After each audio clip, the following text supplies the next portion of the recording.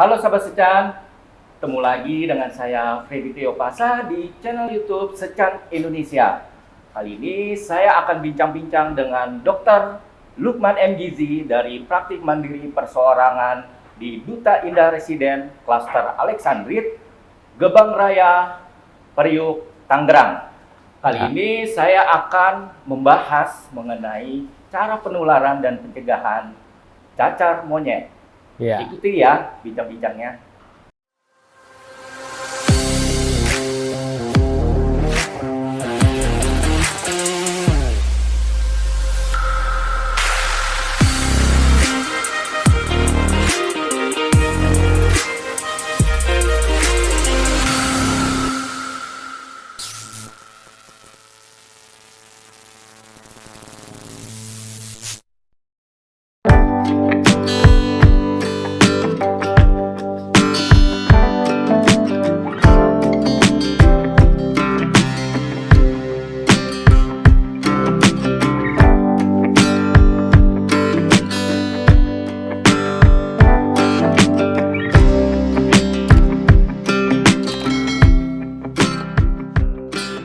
Halo dokter, apa kabar? Ya, baik. Terima kasih. Ya. Tema kali ini cukup menarik ya dok. Ya, kita benar. membahas tentang cacar monyet. Jadi, sahabat Secan, di tengah-tengah menurunnya angka penderita COVID-19 kini diterpa dengan kasus penyakit cacar monyet. Nah dok, seperti apa sih itu dok cacar monyet itu? Ya, sahabat Secan, berjumpa lagi dengan saya Dr. Lukman. Ya, kita tahu ya, ini dalam beberapa hari belakangan ini, beberapa bulan belakangan ini ada fenomena atau penyakit baru lagi. Ya. Setelah COVID-19 menurun, kemudian timbullah cacar monyet. Ya, sebenarnya ini dulu juga sudah ada ya penyakitnya, cuman sekarang hits lagi. Nah, ini cacar monyet atau kita sebut sebagai monkeypox. Nah, ini penyakit yang disebabkan oleh virus. Nah, virus ini dulunya itu dia sekeluarga dengan virus cacar. Nah, jadi saat ini virus ini ditemukan lagi dan berkembang, merebak di Eropa dan di Afrika yang sebagai asal mula pertama. Nah, kemudian sekarang juga sudah merebak bahkan sampai ke Asia di Indonesia seperti itu. Nah, jadi monkeypox ini dok Ya. itu mirip seperti cacar air dok. Mirip seperti cacar. Oh. Karena cacar air beda lagi. Beda lagi, dok, ya? Cacar air namanya chickenpox. Nah, tapi beda saudara virusnya. Nah, kalau yang sama saudara virusnya ini dengan virus cacar yang sudah dieradikasi tahun 1980-an ke bawah. Jadi, milenial yang saat ini sudah tidak mendapatkan vaksinasi cacar, nah itu bisa kemungkinan terkena. Nah, dulu yang 1980 yang lahir sebelum itu dulu ada vaksinasi cacar. Nah, jadi bisa terproteksi gitu. Jadi saat ini ya cacar ini berkembang lagi. Jadi ya monkeypox salah satunya yang sedang tren saat ini. Dok, kalau kita perhatikan itu namanya cacar monyet. Ya. Nah, cacar monyet ini mungkin saya atau sebagian sahabat Secan akan berpikir apakah cacar monyet ini identik dengan hewan monyet? Ya. Nah, seperti dari namanya ya, cacar monyet. Nah, ini dulunya dari tahun 1950-an itu ditemukan pada kumpulan monyet yang saat dilakukan penelitian. Jadi ada timbul cacar monyet di penelitian itu. Dan kasus pertama itu terjadi di Republik Kongo. Nah, itu di sana mulai merebak ke Afrika dan sebagainya dan merebak ke Eropa, kemudian ke Inggris dan sebagainya.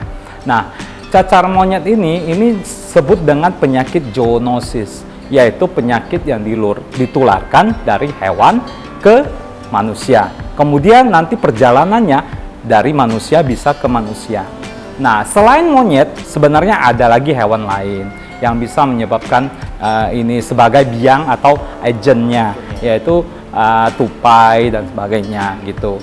Jadi ini cacar monyet itu disebabkan oleh zoonosis, sekali lagi ya, yang ditularkan hewan ke manusia, kemudian manusia ke manusia gitu. Oke. Nah, Ya. Dokter Ya. Lukman, mungkin masih banyak juga yang mungkin bertanya-tanya, ini cara Ya. penyebaran virus cacar monyet ini seperti apa sih, Dok? Nah, ini Apakah juga bisa melalui droplet, udara ya. atau droplet? Seperti ini.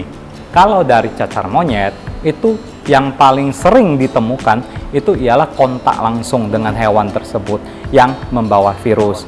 Nah, jadi ada pelukaan atau apa, bekas cakar atau gigitan dari hewan itu, nah itulah menulurkan virus itu ke manusia. Nah, dan dari manusia ada kontak bersentuhan seperti dengan handuk atau pegangan sesuatu atau apa. Nah, di situ virus akan menyebar. Jadi kurang lebih seperti virus-virus pada umumnya yang seperti COVID. Nah, jadi yang disampaikan itu droplet, sebenarnya itu dia ada media yang ditularkan. Jadi satu orang kena ke sesuatu yang dia bawa virus atau dari hewan itu ke satu benda, contohnya handuk atau apa. Nah, kita di tubuh kita ada luka atau apa menyentuh itu, nah itulah akan terjadi transmisi virus sehingga menyebabkan kita jadi terserang penyakit cacar monyet ini. Nah, jadi kalau dibilang droplet seperti langsung di udara hirup gitu, ya nggak seperti itu analoginya. Tapi ya pasti dia akan ada di udara, ada di permukaan, di mana, dan itu kalau kena kontak ke kita dan ada jalur masuknya di pelukaan dan sebagainya, nah itu akan menyebabkan infeksi cacar monyet. Ya, dari literatur beberapa artikel yang saya baca, Dok, soal penyebaran cacar monyet ini yang melalui udara atau droplet itu mesti ada yang pro kontra, Dok, ya? Ya, ada betul. yang bilang tidak betul bahwa bisa turun virus. Itu sebenarnya memang bisa ya, Dok, ya? Memang betul. Ada medianya. Jadi kalau dibilang di udara, ya dia akan ada di udara seperti COVID seperti umumnya yang dulu. Nah, tapi kalau dia mengenai suatu media, kemudian kita menyentuh itu dan tubuh kita ada saluran untuk bisa dia masuk, maka akan terjadi infeksi penyakit ini. Nah, seperti apa sih, Dok, itu tanda dan gejala dari cacar monyet ini? Nah, tanda dan gejala itu ada yang khasnya, ada yang spesifiknya. Nah, kalau kita tahu, ya, yang biasa cacar itu kan ada timbul gelembung-gelembung. Nah, sama cacar monyet juga ada timbul gelumbung. Dan yang gelembung seperti nanah apa itu, nah itu yang cairan ya, dari bening bisa sampai jadi nanah. Nah, itu yang paling sering ditemuin itu di daerah wajah. Nah, di daerah wajah, kemudian di daerah tangan, kaki, ekstremitas. Nah, itu yang sering terjadi tanda dan gejalanya. Nah, dan yang paling membedakan gejalanya, biasanya kalau cacar dulunya tidak ada pembengkakan kelenjar getah bening.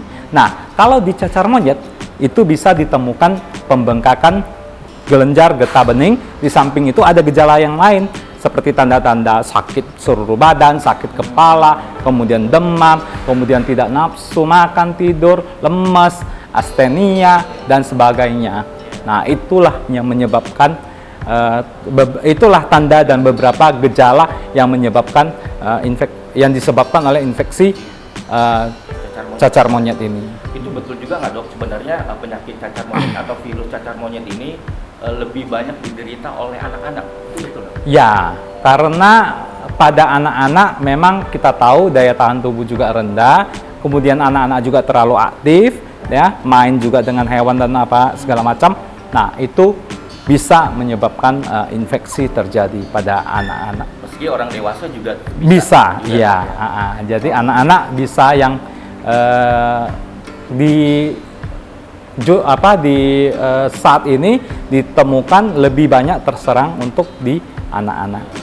Kalau untuk faktor risikonya apa aja sih, Dok, yang bisa menyebabkan? Nah, faktor risikonya itu yang pertama itu kalau kita ada kontak langsung. Contoh, ada yang bekerja di pet shop atau apa. Nah, itu resiko untuk dia langsung paparannya tinggi terhadap hewan-hewan yang bisa membawa virus cacar monyet ini. Dan ada juga resikonya orang-orang yang punya penyakit autoimun atau penyakit imunodefisiensi. Nah, imun tubuh turun ditumpangi dengan virus ini datang, nah akan menyebabkan terjadinya penyakit lebih cepat. Jadi virus ini akan lebih istilahnya lebih ini ganas. Arti ganas itu dia lebih aktif bekerja. Walaupun virus ini disebut seperti yang COVID kemarin juga self-limiting disease. Jadi bisa sembuh dengan sendiri kalau daya tahan tubuh kita kuat. Nah, kalau lemah, maka virus ini lebih cepat menyerang. Atau mungkin bisa juga gaya hidupnya tidak sehat. Bisa. Faktor, Dok. Ya, PHBS terutama. PHBS, ya. Nah, perilaku hidup bersih dan sehat. Nah, kalau untuk komplikasi ini apa aja sih, Dok, yang mungkin bisa terjadi untuk penderita yang kena virus cacar monyet ini? Nah, kalau mengenai komplikasi, karena kita tahu ya, ini penyakit self-limiting disease dan penyakit ini kalau dibandingkan dengan penyakit cacar air atau cacar yang lain, sebenarnya dia lebih ringan. Lebih ringan. Nah, sehingga kalau menyebabkan komplikasi itu sampai sekarang belum ditemukan atau belum didapatkan kasus tersebut. Nah, yang paling berbahaya yang tadi saya sampaikan, bahwa kalau tubuh kita imunnya rendah, daya tahan tubuhnya rendah ya, nah itu akan menyebabkan komplikasi. Dan virus itu akan menyebabkan dia makin aktif, makin ganas istilahnya, makin destruktif ya, merusak, sehingga orang-orang yang punya daya tubuh rendah atau imun rendah, contohnya pada orang-orang dengan HIV atau AIDS, nah begitu ketemu virus ini, nah itu komplikasinya bisa fatal, bisa bahkan sampai menyebabkan kematian seperti itu. Nah, kalau tidak ada masalah, badannya sehat, kuat, virus ini self-limiting disease dan akan sembuh dengan sendirinya. Yang penting kita harus jaga daya tahan tubuh. Nah, jadi seperti dokter Lukman bilang bahwa cacar monyet ini adalah jenis virus yang masih ringan, Dok ya. Iya. Tapi juga bisa menyebabkan kematian, Dok. Iya. Jadi memang kalau harus, ada kalau tumpangan betul. yang ininya, kalau enggak dia bisa sembuh sendiri. Nah, kalau kaitannya dengan penyebaran virus cacar monyet ini, nah bagaimana untuk di Indonesia sih, Dok? Nah, begini, ini menarik. Ya. Berapa minggu yang lalu kita dapat informasi bahwa virus ini sudah masuk ke Indonesia dengan satu kasus yang terkonfirmasi positif. Nah, ini kasusnya berasal dari seorang pria yang mengadakan perjalanan ke luar negeri. Nah, setelah beliau pulang ke Indonesia, nah setelah dicek PCR dan sebagainya, terkonfirmasi positif terinfeksi cacar monyet. Dan beberapa hari yang lalu dari Kemenkes sudah menyampaikan bahwa yang bersangkutan ini sudah sembuh dari infeksi cacar monyet. Nah, jadi semoga infeksi cacar monyet ini tidak ada lagi kasus barunya di Indonesia. Ya, kasus yang lain ada, tapi tidak terkonfirmasi positif cacar monyet. Yang ada yang mungkin mirip dengan gejala itu, tapi setelah diperiksa lebih detail, tidak terkonfirmasi cacar monyet. Itu ada ratusan kasus.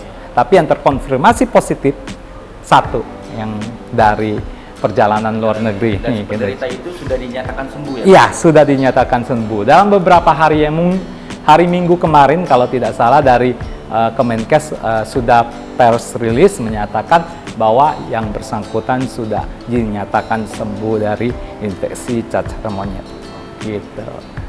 Nah, untuk sekedar informasi ya, kita perlu untuk mengetahui kalau misalnya, semoga sih tidak, tapi bagaimana kalau misalnya dari kita ada yang terinfeksi cacar monyet. Nah, Dok, bagaimana sih cara penyembuhannya dan apa pencegahan yang perlu dilakukan? Oke, nah seperti kita tadi ketahui ya, dan sudah saya sampaikan bahwa utamanya yang perlu kita lakukan ialah yang pertama, hindari kontak dengan hewan-hewan yang dicurigai membawa penyakit virus cacar monyet ini.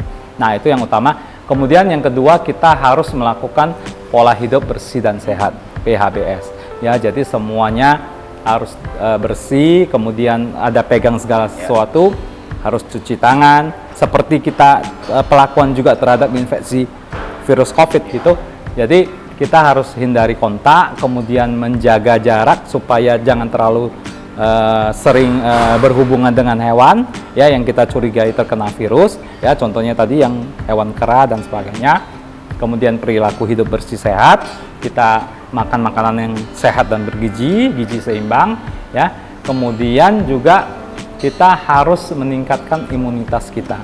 Nah, itulah salah satu tindakan yang perlu kita lakukan maupun cara untuk mencegah dan menyembuhkan bila kita terkena penyakit infeksi virus cacar monyet. Karena tadi kita balik lagi, penyakit ini self-limiting disease.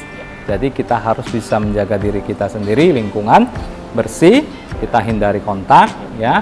Kalau bisa pakai pelindung ya untuk mencegah infeksi penyakit ini. Dalam rangka nih mencegah cacar monyet, apa yang rencana yang akan dilakukan pemerintah dalam hal ini? Ya, kalau pemerintah biasanya ya sering menyampaikan untuk selalu melakukan pola hidup bersih dan sehat. Itu karena dari pemerintah biasanya melakukan promotif preventif. Nah, itu dua dulu. Nah, baru nanti yang dilakukan ialah kuratif kalau sudah ada kasus penyakit. Nah, yang penting biasanya ialah promotif preventif. Nah, itu yang dijalankan dulu. Baiknya lagi, kapan seseorang sebaiknya konsultasi nih dokter? Nah, kalau sahabat secan ya ada merasakan gejala-gejala ya demam ya sakit kepala dan ada timbul-timbul tadi tanda-tanda bentolan ya yang nana-nana itu, nah sebaiknya segera berkonsultasi ke dokter atau ke puskesmas. Jadi di situ nanti dokter bisa melihat ya gejala ini spesifiknya kemana. Karena banyak sekali penyakit-penyakit kulit yang mirip dengan cacar monyet ini. Nah, salah satunya ialah cacar air. Nah, kalau cacar karena penyakit ini sudah tidak ada, dieradikasi, sudah disampaikan oleh WHO bahwa kasus ini sudah tidak ada di tahun 1980-an ya. Nah, tapi gejala-gejala yang mirip itu tentunya ada seperti cacar monyet, cacar air ya, ataupun cacar yang lain. Nah, ini yang harus kita ketahui. Jadi ada cacar air seperti varicella ya, kemudian ada variola.